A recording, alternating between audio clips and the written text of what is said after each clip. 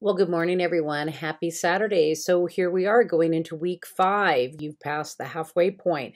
I hope you're all doing well and working on your presentations, and I'm looking forward to seeing your work. You do a very short video this week. You're going to be looking at emerging technology and Google, and do we believe that Google is making us stupid, and considering the idea of digital dementia. And I've talked about this a little bit briefly already. And my husband and I, we get in arguments about this all of the time. I love Google. I love that kids don't have to go to a card catalog anymore or a library to get information. And then you can just pull information up very easily. But what I have found over the years is that a lot of the things that I stored in my brain naturally are now not there. And we don't know quite yet. You know, technology is so new. There's a lot of things we don't know about. Is this going to be a good thing, or is this going to be a bad thing?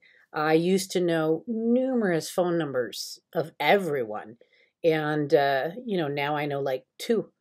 And my husband uses GPS for everywhere he goes, anywhere where he travels in the United States, and I always fight him about that. And everywhere I go traveling in the United States, whether it's in-state or out, I use my brain and do old-fashioned mapping and that. And he's like, "Why are you doing that? Just put in the GPS." And I'm like, because I want to make sure that I know in my mind how to get back to this location.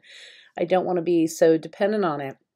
And it was funny. I was watching this clip on Instagram or something yesterday about kids meeting a hacker, a good hacker, not a bad hacker, who pretends to be a bad hacker to, figure out how systems are vulnerable, specifically banks, and fix that. But one of the little kids was talking about how cars are computerized and cameras are computerized and all of these things are computerized. And the kid was like, "Can you hack into that camera right there?" And the guy was like, "Yep, anything that has a computer." And I thought, oh, that's terrifying.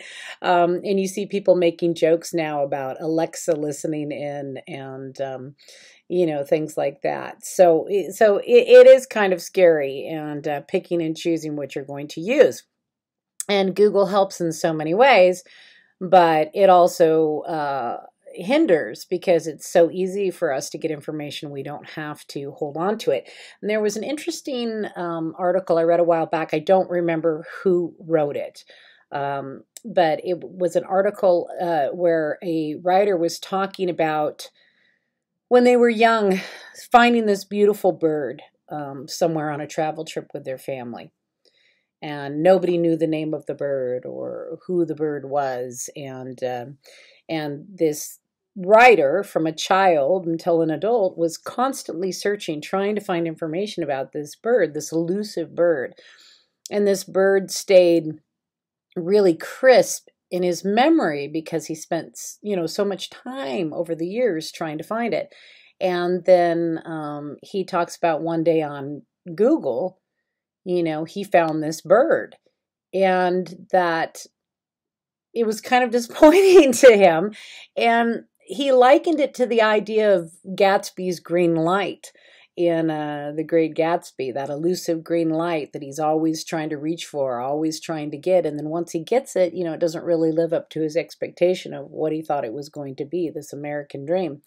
And this writer talks about how once the internet, opened it up and he found the bird, he said at first it was like, aha, and then it was like this magical thing, that he'd been chasing forever and really studying and searching for. Was just, it was done.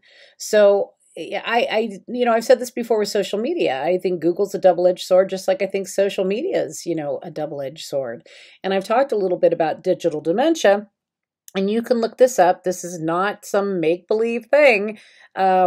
We are seeing a cognitive change with the way that we are looking at things digitally, finding things digitally compared to how we used to learn. And it can be, terrifying at times.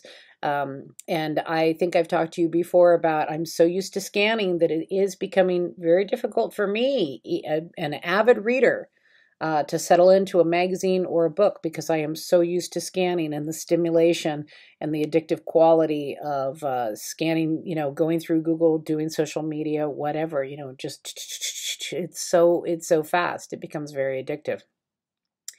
I was going to say one more thing to you, but my digital dementia kicked in. No.